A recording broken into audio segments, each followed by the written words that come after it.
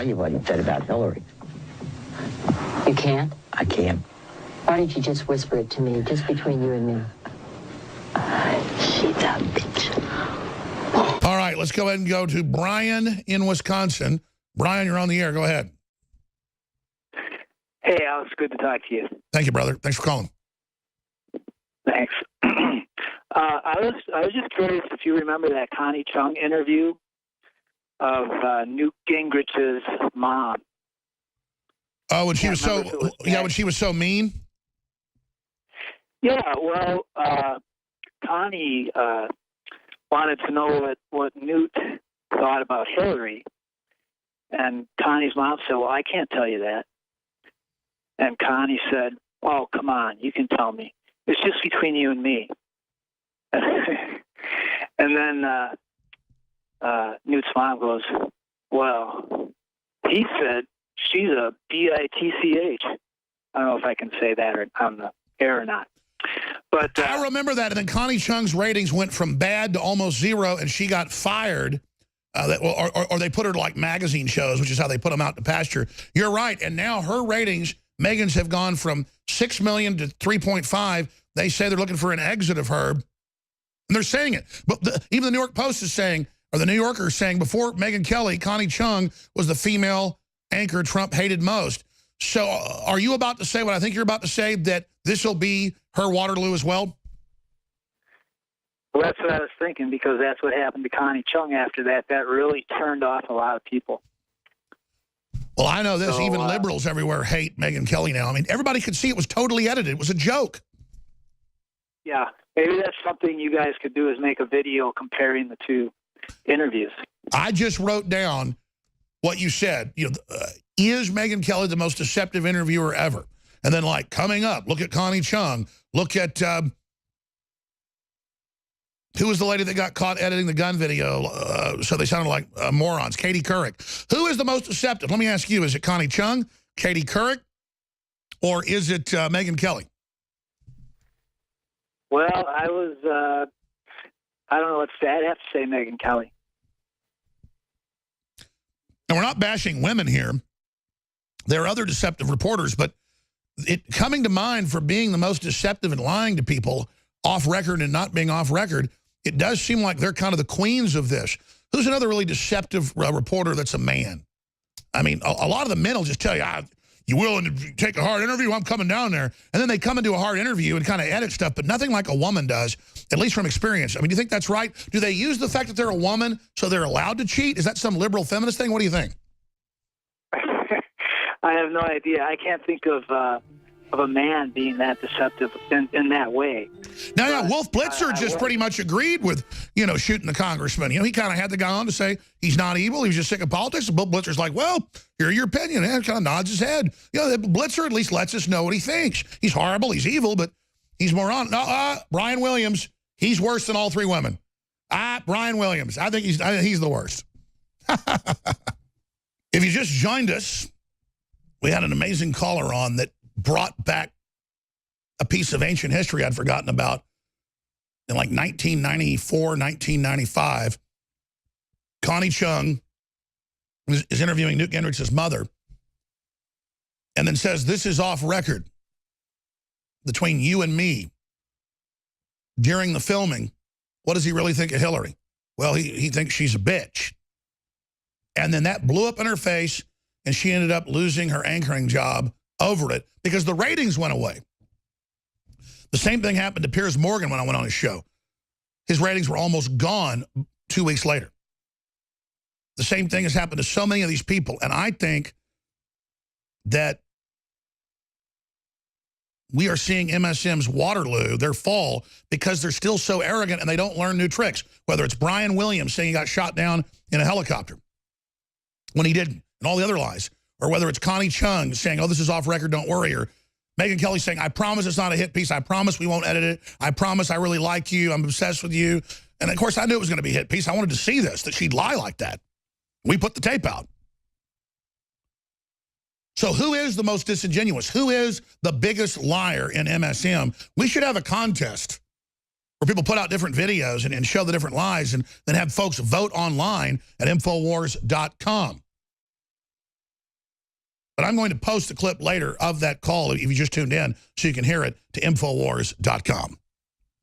And then see folks were live on air, but I'll now take that clip, put it on the front of the caller, put that out for a viral video to get people talking, to just remember what liars these people are and celebrate what liars they are. And by celebrate, what a joke they are, what villains. Oh, there's the Legion of Doom again. Even though Alex looked like a big, fat, sweating walrus, and, you know, they cut him all up. You know, Alex has got his own problems, but he's one of us. We sure hate this lady. Had the worst ratings ever. I want to direct the producers of this broadcast who let me kind of run around and do whatever I want. I mean, it's my show, my little network, InfoWars. But I do want to tell Nico Acosta and others, make me take calls every day.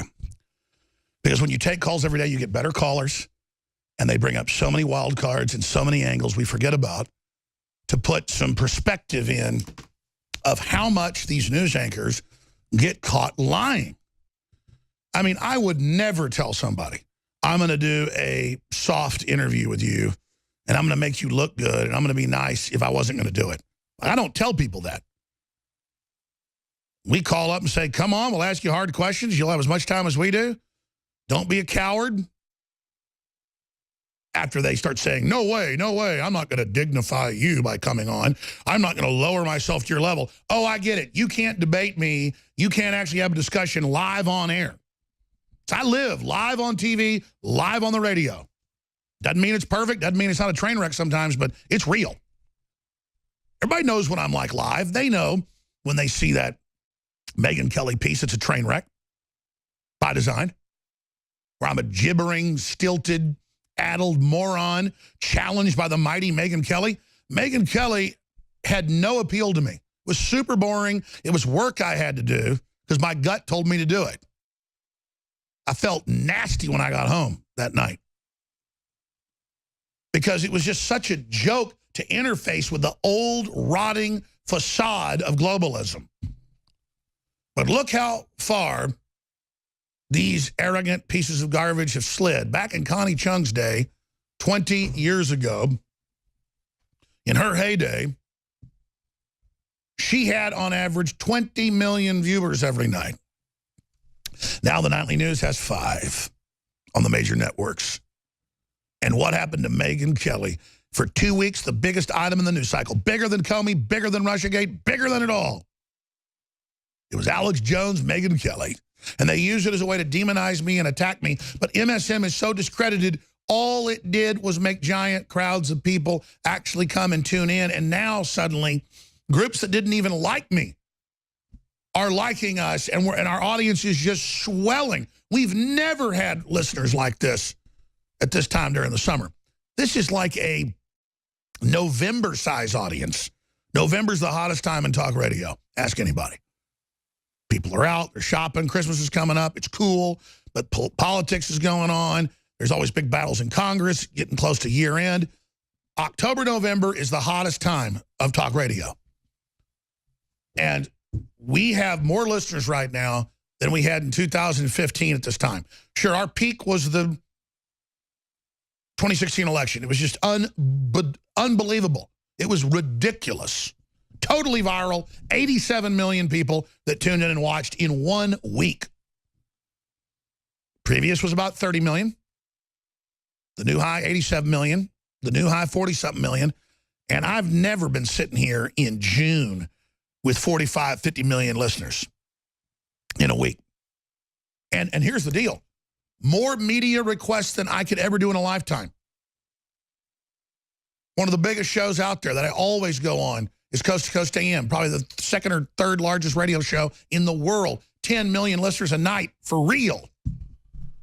But see, oh, it's just talk radio. Oh, I didn't go on Coast to Coast. It's even subconscious. Oh, George Norrie, you know, with a show 4 times bigger than Megyn Kelly's, and he's been calling me for a week. Now, I've had family stuff. I've had kids that were sick, you know, stuff like that. I got to call George when I get off air. It's not that I'm even belittling George. George has a bigger show than I do on terrestrial radio. He wants me to come on and actually tell my story of what really happened unedited, just like Sean Hannity's saying.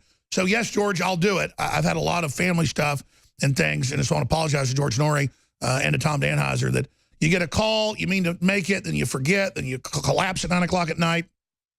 CoastToCoastAM.com. That's the place for me to talk to America and to talk outside my audience and to really be able to lay it all out. So I will definitely get with George if it isn't too late and come back on his show. All right, I want to go back to your phone calls, but since we talked about it, here is the Connie Chung interview from the mid-1990s that led to her being fired and her ratings collapsing because she would lie to an old lady. Here it is. Mrs. Gingrich, what has Newt told you about President Clinton? Nothing. And I can't tell you what he said about Hillary. You can't? I can't. Why don't you just whisper it to me, just between you and me? She's a bitch. Real, that's the only thing he ever said about her.